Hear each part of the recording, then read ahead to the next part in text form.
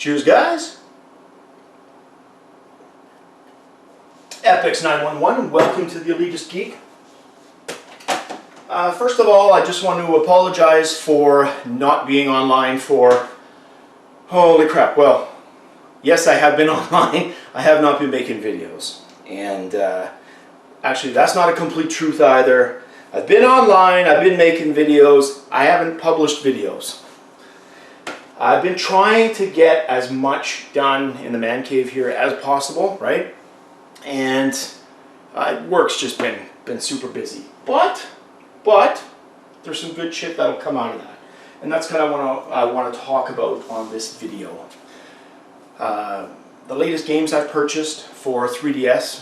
I mentioned the 3DS in previous videos, is the last of two consoles, really, where I still will purchase physical medium for. Okay, so Nintendo 3DS, PlayStation 4, that's it. I've decided, for me personally, and really we can thank Valve for that, whether you hate Steam or not, right? I don't think it can be argued that, you know, the rollout or the adoption among PC gamers, the adoption rate for digital purchases was really high. And if you look at the debacle that was the Xbox and PlayStation 4 launch, night and day difference, right? Now, some of this crosses over into marketing, and let's face it, Gabe Newell from Valve, he's a marketing genius. And, you know, we've had some flops. The absolutely, like Steam boxes, I don't think that's going to take off as much as Valve had hoped. But there's still some potential for their virtual reality device. And the other focus in this video, I have finally cashed in all my chips for a virtual reality solution. And in this video I can officially declare my, at least initial allegiance, because I think anyone who's watched my videos for a long time knows I'm platform agnostic. I just let me play the games, right? I mean, if there was one console that was compatible with everything, that would be frickin' ideal. It's not the world we live in, so I try in a fiscally responsible / conservative way, you know, spread my gaming purchases out among various consoles, right? But the PlayStation 4 and the 3DS are really it. Steam, and I don't have all my games here, you guys remember from previous videos, but this is just probably represents about 10% of my PC gaming library. All right, this is literally just one shelf worth. There is a hell of a lot more. And quite frankly, while it looks cool, all the old arguments for physical media still stand, right? But personally, I'm at a comfort zone now where I'm okay with moving strictly to digital distribution on PC. There are still some exceptions, right? And a huge exception for me, if I can pull it, and I have it over here, I'll be right back, guys, is some of the stuff like, you know, this, for example, right? So this is Pillars of Eternity, which was a Kickstarter game, and I have that digitally, but I also have the physical medium, because for me it's kind of like the nostalgia thing, right? So I'm just going to put that in here. And likewise, same thing with Wasteland 2. Alright, so this is Wasteland 2 regular edition, sealed, still in shrink wrap, because I have, sorry guys, one more pop over here.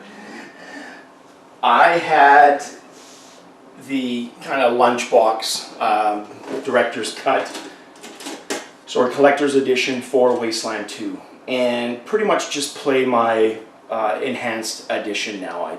That's the primary one that I play, right? So we can just put that in here. So there are still exceptions, right? And obviously the next Elder Scroll game, same thing. Day one purchase. I'm going to be there and I'm going to buy the collector's edition because you guys know I'm a sucker for that. But back to gaming. So the last two games that I've purchased, haven't even cracked them open yet. Well, I've cracked the discs open, but haven't played the game yet. And it's the two Fire Emblems, right? And it's Fire Emblem Fates is the name of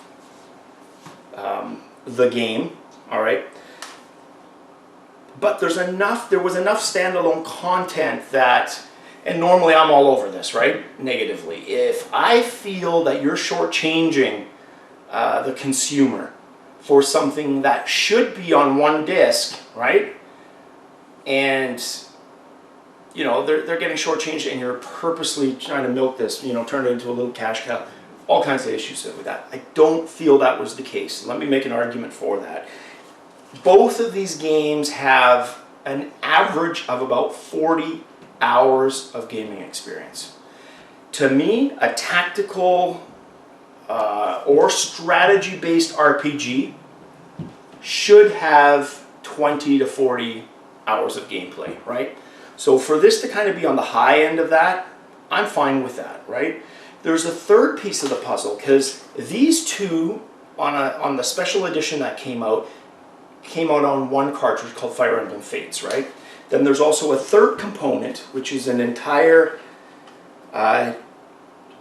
DLC, if you will, which basically allows you to play the neutral faction, right? So you're playing, in one of these games, you're playing kind of like the medieval European versus kind of like medieval Chinese empires, right? And the third piece of DLC basically allows you to play the neutral campaign. And from what I've heard, correct me if anybody has actually played it, that represents about 20 hours on average to finish that neutral faction storyline.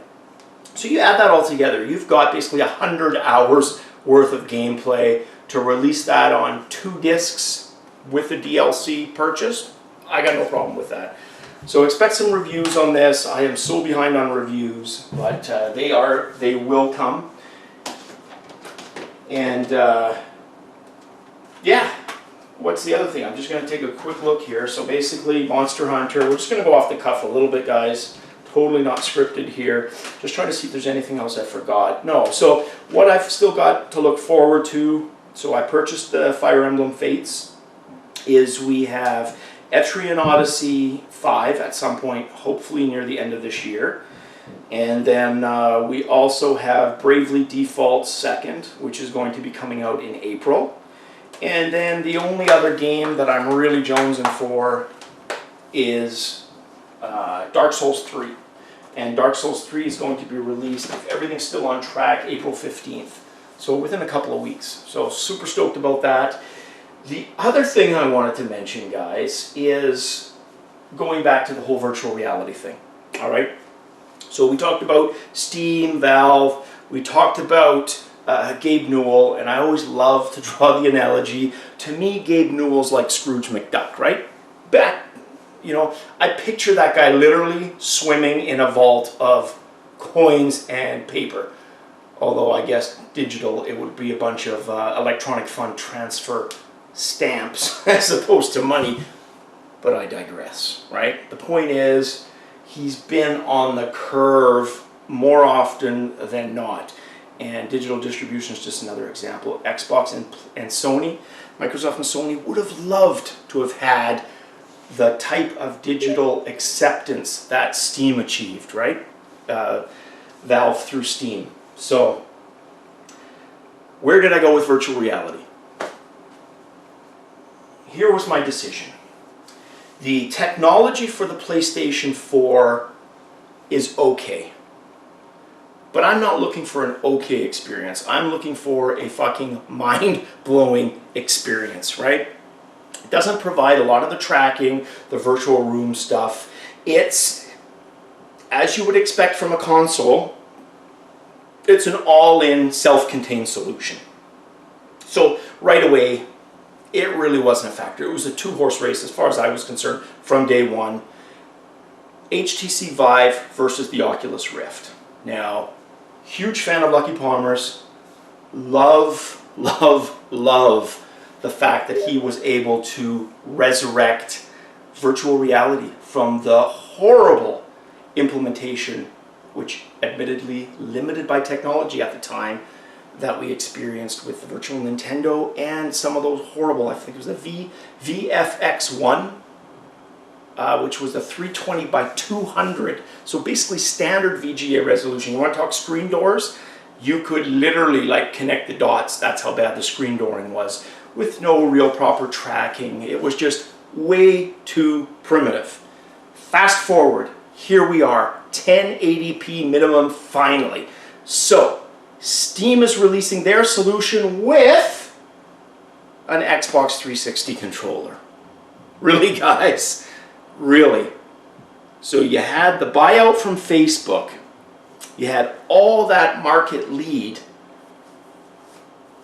And yet, paper-wise, and you could make a strong argument that HTC and Valve benefited, right, from the groundwork that, you know, Lucky had laid out, right? But we're talking apples to apples, spec-wise, okay? The front-facing camera, to me, such an obvious thing, now that they've included it, right? Oculus Rift didn't include that. They are coming out with controllers, but I want controllers from day one. And the Oculus Rift controllers, when they do come out, look decent, but for accuracy, I think, my gut tells me that the HTC Vive's controller solution is better. I love the kind of lighthousing virtual room setup that HTC is ready to do. Because for me, guys, cockpit games are a no-brainer already. You've sold me in terms of virtual reality for cockpit games. Done, right? Whether it's a space shooter, World War I dogfighting game, World War II, you know, anything like a mech game that's cockpit-based, it's a no-brainer. VR will excel at that type of a game, right? But what about the ability to be sitting in your cockpit of your spaceship and do something as simple as standing up, walking to your nav console, right? Or maybe walking to your gunner turret and being able to do that in a completely virtual room. Oh my God, turn the lights off, right? Crack open your fucking window, let the cool air of space rush in, because you are going to be fucking immersed deep. That was it. For me, that was it. Front-facing camera, controllers, and the light stations from day one with virtual room technology. Elite Dangerous will be my day one game, right? Because of that. And super, super stoked. Will I eventually get an Oculus Rift? Yes. I will. Again, platform agnostic.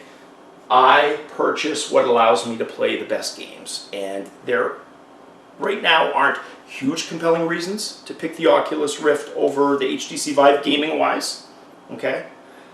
I already alluded to the physical realities of what they're launching with. And I think for right now, that is a sound argument. And it's enough to convince me that I'm okay, right? But yes, at some point, I'll say it right here and now, I will also purchase the Oculus Rift and have access to that library. So I put the order in, and apparently it starts shipping out in May. So stoked, guys. I have been waiting for holodeck style virtual reality literally my whole life. And anybody who's in their mid-40s like me, it's been a long fucking wait, right? Has it not been a long wait? I mean, you know, and bear with me one sec, guys. What's really fucking cool is the original Star Trek The Next Generation series. there's usually a dividing line, I find, right? Between individuals who couldn't fucking stand Wil Wheaton, right? To people who experienced Star Trek living vicariously through Wil Wheaton, right? Let me explain. For anybody who's in their mid-40s right now, Wil Wheaton was our age at the time, right? We were teenagers together. So when he was sitting next to Riker, to Riker, it may as well have been us. And that was the nostalgia, like the fantasy for us was so strong. Here's a 15-year-old kid on the bridge of the Enterprise D. That could be us, right? And that is just, you know, that for most of us, that's the argument right there is, you know, we were okay with Wil Wheaton because it represented what we could do. And here we are, we're on the cusp, guys. There's so much more to still do, like the other senses, smell, right? And, you know, it wouldn't surprise me if eventually they do stuff like that, right? You know, you buy a scent pack and you're in a pine forest, right? Or a dank cave, or some kind of helmet where the same kind of thing happens, right? It releases smells and whatever. I can see that happening in the future, but I just want to end the video with my last thing, because I've kind of rambled a little bit about the reasoning for the purchase. But the other thing I wanted to mention, and why I think, and love debating this with people, the people who feel that virtual reality is a fad, as opposed to, or they put it in the same bucket as 3D TV. It's not, all right? 3D TV is another way of looking at the same medium, right? It just puts it into a 3D perspective. Virtual reality is about exactly that. Virtual reality, full-scale immersion, full-scale paradigm shift. You are there. And until you've tried a virtual reality helmet, words apparently don't do it justice, right? You can look at any number of the thousands of videos on YouTube dealing with the Oculus Rift or the HTC Vive or Sony's VR solution. They cannot convey the majesty of what it is like to look through those lenses with your own eyes. Something as simple as docking in Elite, you can read the reviews, the sense of scale of looking up through your cockpit window and literally 2 kilometers in the distance seeing a large ship mooring its space anchors, right? That is not a fad. And if that were the only argument, I think it would be pretty strong. But there's always porn. Sorry, guys. If porn can make VR work, VR isn't going anywhere. All right? That was the problem with 3D porn. It wasn't a new experience. Virtual reality and porn, whole different ball game. Whole different fucking ball game. And then you've got all the other things. You've got the Wii marketing all over again. The reason the Wii had such awesome console sales, but relatively crappy game sales, was because it sold by the boatload to old people, to infirmed people. They could do stuff like bowling. They never had to go beyond the 3, 4, 5 bundled games, right? Your Wii Sports and Wii Play. That was the marketing behind that. And virtual reality is going to be exactly the same. You're going to have the ability for people who are infirmed, who, you know, maybe don't have that type of mobility. Look at somebody like Muhammad Ali, right? With advanced stage Parkinson. Putting a VR helmet on, he can find that stable footing again, right? It's just, the potential is endless. And that's why, unlike 3D TV, I don't think it's going anywhere, right? You could argue 3, 4 different things, and at the end of the day, really it just boils down to, can porn make it work? Yeah, they can, and they will. So there you have it. Guys, as always, till the next video, cheers.